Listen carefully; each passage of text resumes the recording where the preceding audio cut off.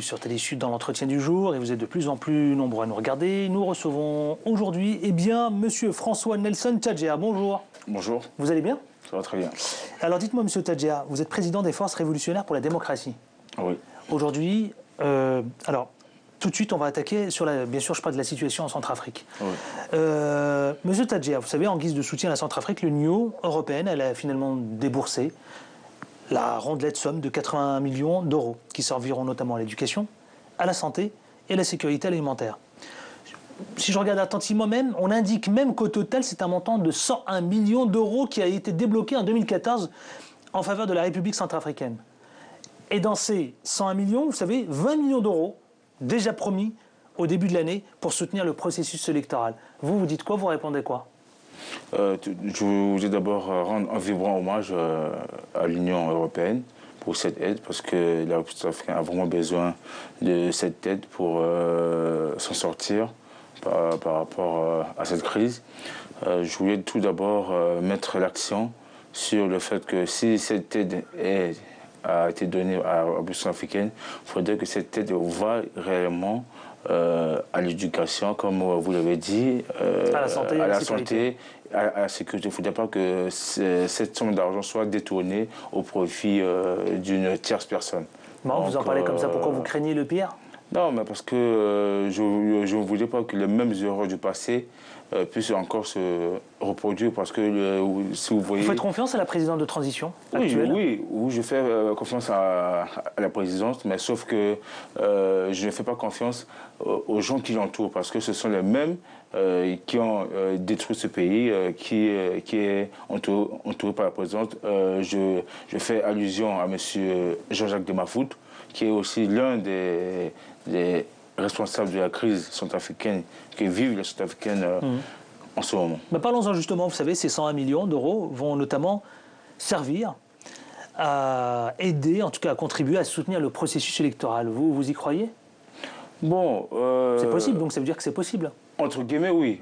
Entre guillemets, oui. Parce qu'il faudrait que maintenant, que si l'Union européenne donne l'aide, il faudrait que l'Union européenne mette une comité de suivi pour que cette somme va réellement à la préparation des élections présidentielles. Vous attendez beaucoup de cette, Monsieur Tadjea, vous attendez beaucoup de cette élection électorale présidentielle? Ah oui, j'attends beaucoup. Dans les mois à venir? J'attends beaucoup, et le peuple centrafricain aussi attend aussi avec impatience cette élection pour qu'au moins le pays puisse selon vous, allez, admettons, selon vous, essayons de se projeter, d'accord?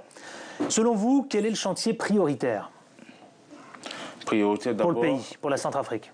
La santé, l'éducation, la sécurité et surtout la sécurité alimentaire, relancer aussi l'agriculture qui est très important et relancer aussi le secteur privé avec le retour des hommes d'affaires et aussi le retour des hommes d'affaires tchadiens qui ont été à cause de la crise quittés le pays par la force. Eux aussi, ils doivent revenir en République centrafricaine. Ils doivent revenir pour contribuer à l'essor économique du pays ou revenir pour eux-mêmes parce qu'il y a un moment, on les a poussés vers la sortie? Non, revenir pour contribuer à la reconstruction de la République centrafricaine. Si vous voyez bien, les Centrafricains... Parce que finalement, la Centrafrique a besoin du Tchad. Non, la Centrafrique n'a pas besoin du Tchad, mais sauf que je déplore le fait que les Centrafricaines d'origine tchadienne, vivant en République centrafricaine, n'ont jamais grandi ou vécu au Tchad. Et donc, je ne vois pas pourquoi, aujourd'hui, ils peuvent aller s'exiler au Tchad. Donc, la présidente aussi doit mettre l'accent sur le retour immédiat de ces Centrafricains qui sont allés au Tchad, qui sont allés s'exiler aussi au Zaïre et aussi au Cameroun et un peu partout dans le monde.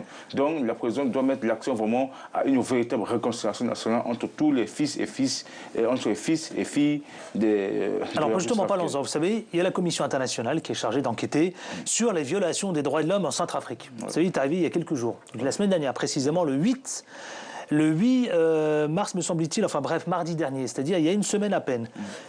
Dont le président s'appelle M. Bernard Acho Mouna. Il a indiqué clairement que les auteurs de crimes n'échapperont pas à la justice.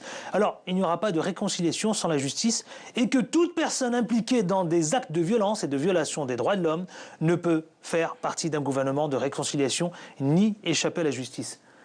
Vous êtes exactement dans cette déclaration faite par la Commission internationale qui est chargée d'enquêter justement sur ces violations. Tout d'abord, je salue cette décision parce que tout simplement, je ne me suis pas étonné de cette décision parce que je sais que tôt ou tard, justice sera rendue aux Centrafricains. Si vous vous rappelez, M. Adil, j'ai combattu M. Bozizé.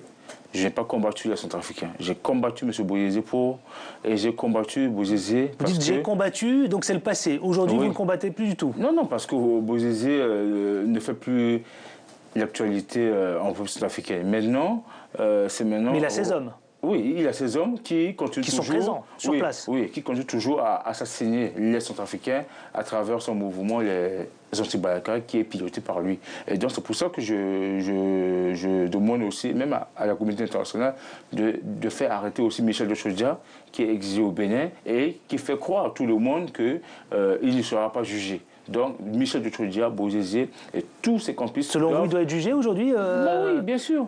L'ancien président, M.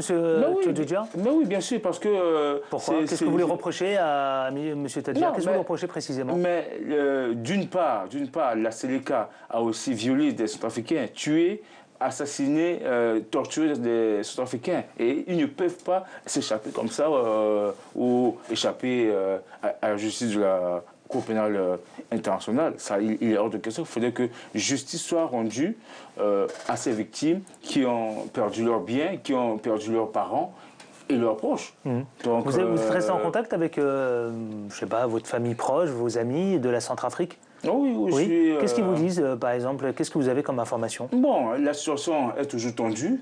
D'une part, maintenant que la Séléka s'est retirée du Nord, maintenant, en ce moment, à Bangui, ce sont que les milices de M. Bozizé qui continuent à massacrer la population civile, c'est-à-dire la population, que ce soit civile chrétienne et la population civile musulmane.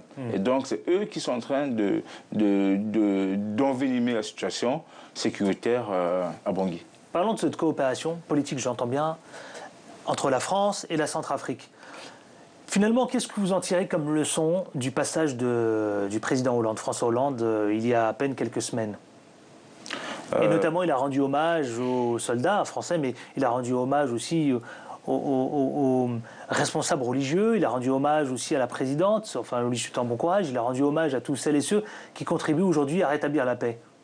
Est-ce que vous pensez que son arrivée, son déplacement, va servir à quelque chose, le président français? Je peux dire d'une part oui, mais comme je l'avais même écrit dernièrement au président Hollande pour lui demander d'intensifier, c'est-à-dire sa pression sur le fait que de nous aider réellement, c'est-à-dire à reconstruire l'armée qui a déjà été détruite par M. Bozizé et ses parents, pour que l'armée soit aux côtés du peuple centrafricain, reconstruire aussi l'administration qui a été pillée, détruite, même l'état civil à la mairie a été détruit. Il faudrait que la France nous aide vraiment sérieusement à relever ce défi. Il faudrait qu'aussi la France nous aide. Même aussi. Si elle a déployé tous les moyens, là récemment, elle a encore dit qu'elle mettait d'autres soldats en renfort.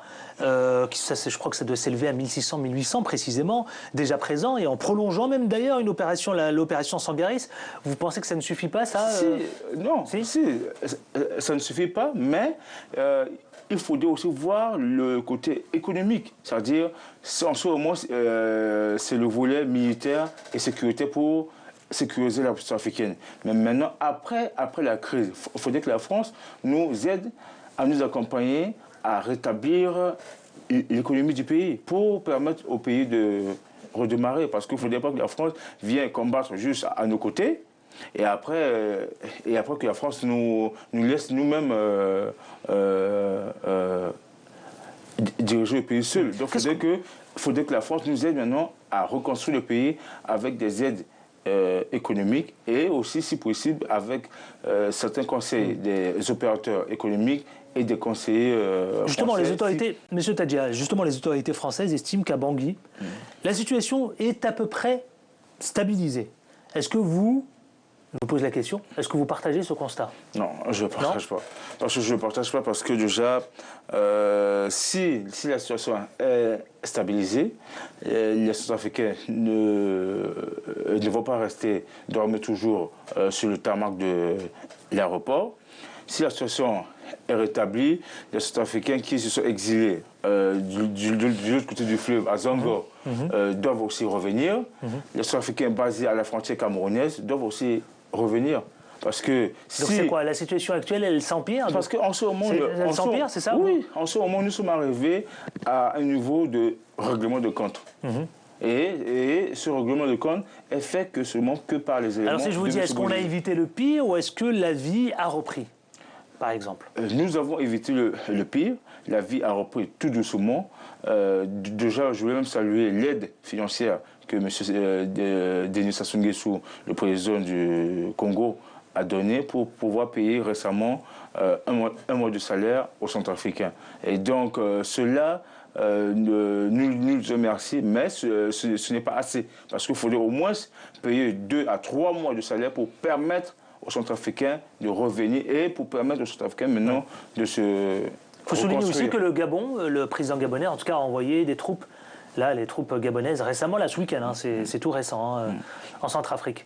Ça vous satisfait aussi? Donc il n'y a pas que la France, hein, il y a aussi d'autres, la MISCA notamment, je parle, mais les Gabonais précisément ont envoyé d'autres soldats.